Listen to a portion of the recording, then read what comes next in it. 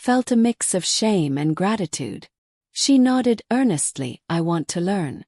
I'm sorry for what I did. Shaq gave her a small, understanding nod. Good, he said.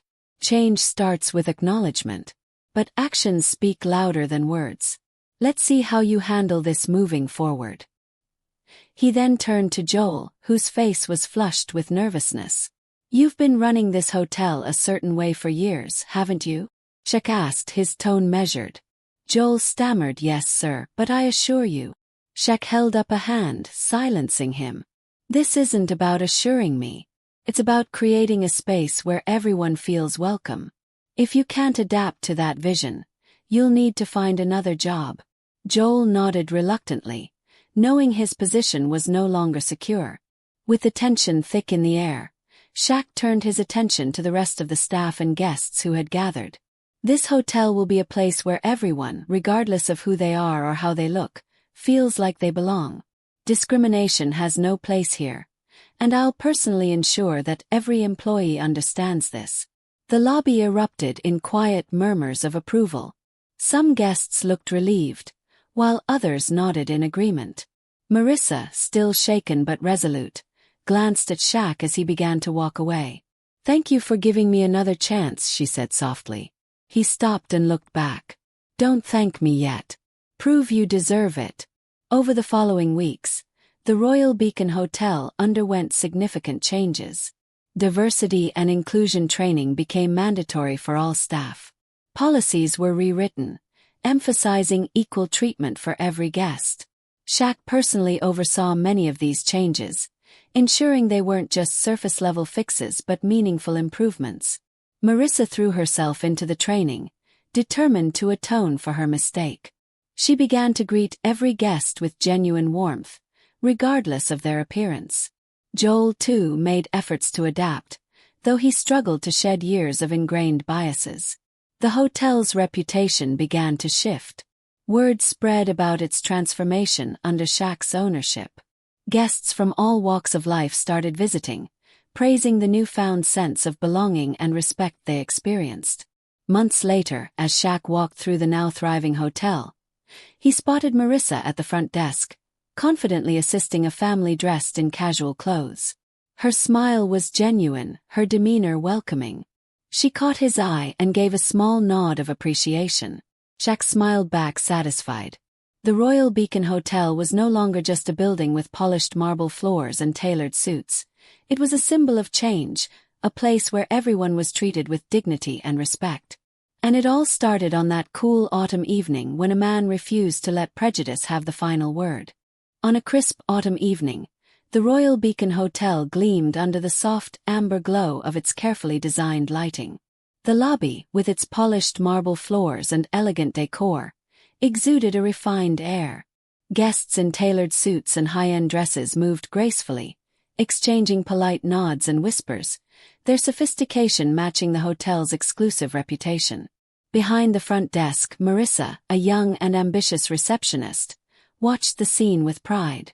She believed her role was to maintain the hotel's elite ambience, and she prided herself on being able to identify the right kind of guests before they even spoke.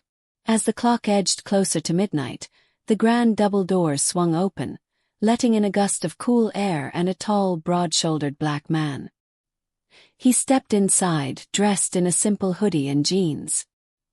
His demeanor was friendly but exhausted, the kind of weariness that hinted at a long journey.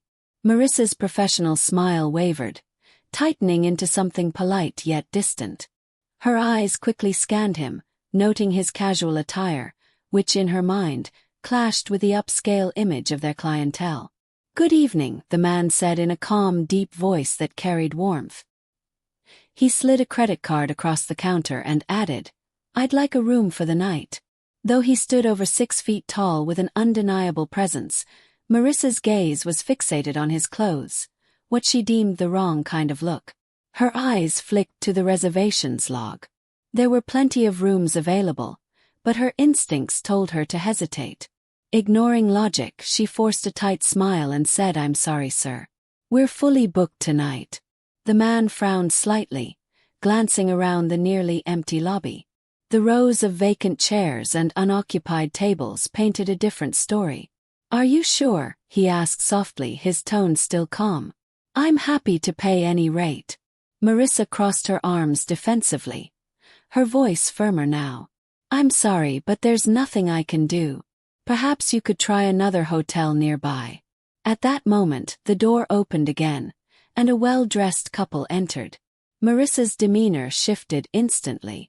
Her smile turned genuine, and her voice warmed as she greeted them enthusiastically. Within minutes, she handed them a room key without hesitation. The man standing at the desk watched the scene unfold, a flicker of disappointment shadowing his face. He understood what was happening. This wasn't a misunderstanding. It was blatant bias. He took a deep breath, nodded to himself, and said quietly, "Thank you." He turned and stepped outside, the crisp night air biting at his cheeks. But this wasn't just any traveler turned away. This man was Shaq O'Neal, a basketball legend, a household name, and a successful businessman with investments spanning industries.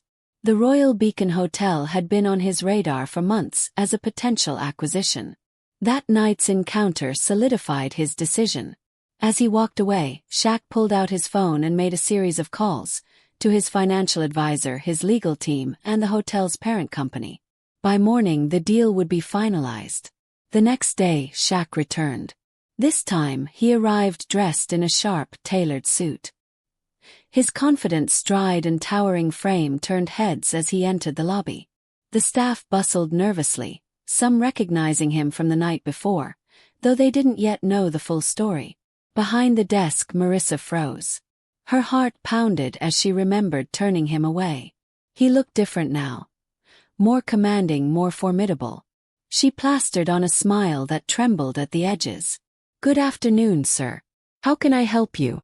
Shaq leaned slightly over the counter, his gaze calm but unyielding. "I'm here to introduce myself," he said, his voice steady. "I'm Shaquille O'Neal, and as of this morning, I'm the new owner of the Royal Beacon Hotel." A hush fell over the room. Marissa's face went pale, her eyes wide with shock. "Why, you're the owner," she stammered, her voice barely above a whisper. Shaq nodded. "Yes, I am.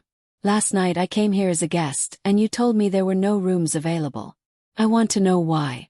Marissa's cheeks burned, her mind racing for an explanation. She knew she couldn't deny it. The truth was painfully obvious. I'm sorry," she whispered, her voice cracking. "I made a mistake. I'll change." Shaq regarded her for a moment, then nodded. "Good. Change is exactly what this place needs. Starting today, every staff member will undergo training on bias, on inclusivity, and on how to treat every guest with respect." Over the following weeks, Shaq's vision began to take shape.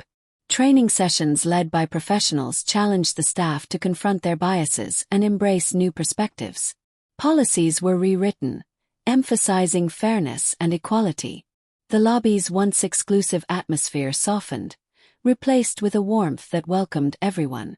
Marissa, humbled by her mistake, attended every session with determination.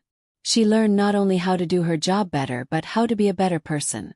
Word spread quickly that Shaq owned the Royal Beacon, not as a publicity stunt, but as a genuine effort to transform it.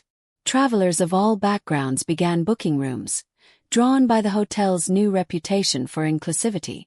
One evening, Shaq stood in the lobby, watching Marissa check in a casually dressed family with genuine warmth. When their children giggled excitedly as they headed to the elevator, Shaq approached her. "Mr. O'Neal," she said, her smile sincere. "Thank you for giving me a second chance. I've learned so much." Shaq smiled, resting a hand on the counter. "I knew you could learn. That's what this place is about now. Learning, growing, and treating people right."